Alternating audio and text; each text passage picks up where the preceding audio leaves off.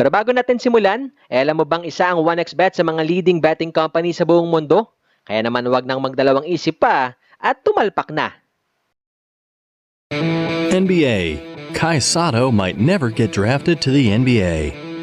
The pinnacle of success for Kai Sotto would be to be selected in the draft by an NBA franchise. But if his name isn't called on draft night, he still has other choices available to him that he can investigate. During the course of the NBA season, there are only 450 available roster places at any given time. During a season, there are approximately 840 players in the MLB, whereas there are approximately 1,700 players in the NFL, give or take a few. Making it onto a team in the NBA is a significant accomplishment for any player. The NBA draft is responsible for a lot of amazing things, but it doesn't truly put into perspective how difficult of a task it is for the majority of NBA hopefuls to really make it into the league. We get excited and make predictions about the players who are selected at the top of the draft lottery, but we almost never hear the point of view of those who are selected later in the first round, in the second round, or even those who are not selected at all. In all likelihood, Kai Sotto will begin his NBA career playing at that position. Since he first made news as the 7-foot teenage son of a former player in the Philippine Basketball Association, the PBA, we Filipinos have had a strong interest in following Kai on his path. Over the course of the past 10 years, we have witnessed his transformation from a youngster attending Ateneo High School with a clean-shaven face to a fully developed adult living in Australia with a collection of tattoos. Despite the fact that we have a lot of faith in Kai, his road to the NBA probably won't be as glamorous as that of other talents who are projected to go early in the draft, such as Chet Holmgren or Jaden Ivey.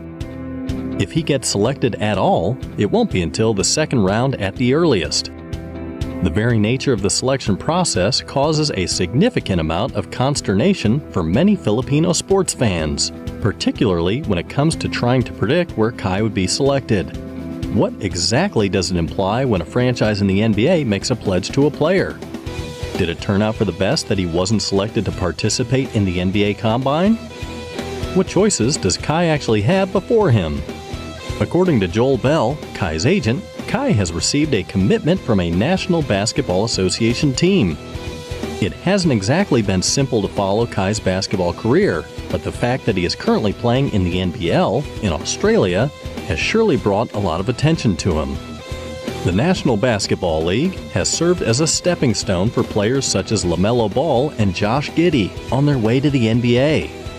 This year is no exception, as Kai is joined on the list of prospects to come out of the Australian League by French power forward Ousmane Dieng. Despite this, Dieng is heavily expected to go in the lottery, which is not the case for Kai. There are not scouts from every NBA team watching the NBL, but a few of the league's teams have shown that they are adept at choosing and playing the odds with overseas prospects. The combination of Kai's 7'3" stature and outstanding basketball IQ makes him an intriguing prospect.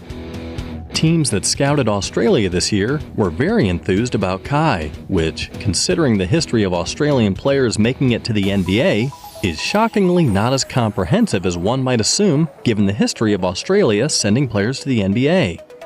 Bell explained that this is the reason why there are a lot of clubs interested in having him come in for workouts. And we actually already have pledges from at least one team saying that if he stays in the draft, we'll draft him.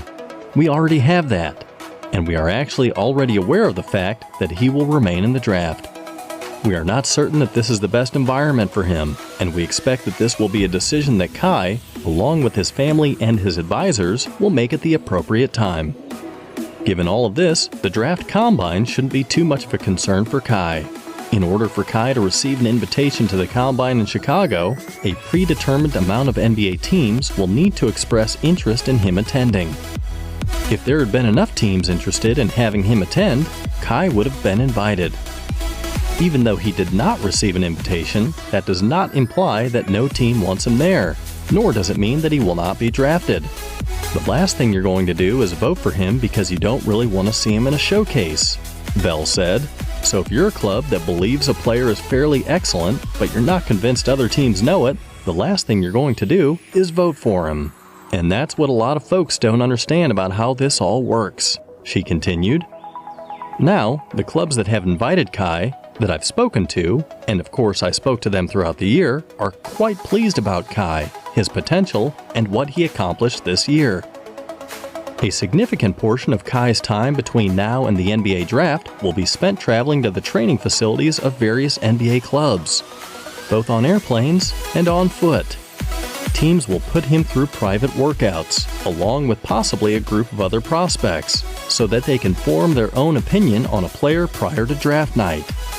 When it comes to a prospect like Kai, any report that we hear of him visiting a team's facility is good news, and this has recently happened with both the New York Knicks and the Orlando Magic. The 13th of June is a date of critical importance for Kai. The time has passed for players to withdraw their names from consideration for the NBA draft and investigate other opportunities.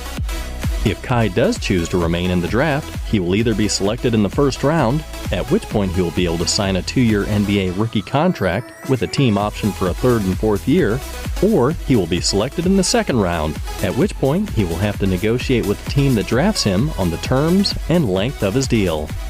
There's a great deal of unpredictability associated with landing in the second round or going undrafted, but it also provides athletes with a great deal of options. It's possible that Kai may negotiate a deal directly with the team. It is also possible for him to negotiate a 2-way contract, which basically involves a team signing Kai to a G League team with the assurance that he will get salary on par with that offered in the NBA when he is promoted. It is also an option for him to play basketball in another country outside of the NBA, with the team that drafted him keeping his rights for if and when he decides to join the NBA. If Kai's name were to be called out by Adam Silver, or, more likely, Mark Tatum, it would be a significant occasion for all of the basketball enthusiasts in the Philippines. However, Kai shouldn't place all of his focus on the possibility of being drafted at all. Finding the ideal circumstances for a player is generally the most important factor in determining whether or not they will have a long career in the NBA.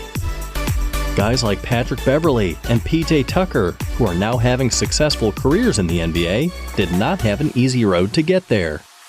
They improved their game in other leagues, and ultimately the time arrived when an NBA team had a need for players with their particular skill set. That is the most important issue that should be occupying Kai's thoughts at this moment. It's a lot of fun to be drafted, but the reasonable objective should be to figure out how to improve with each passing year, so that one day, one can call oneself a veteran. This particular chance will not be made available by each of the 30 NBA teams. It will be up to Kai to find it.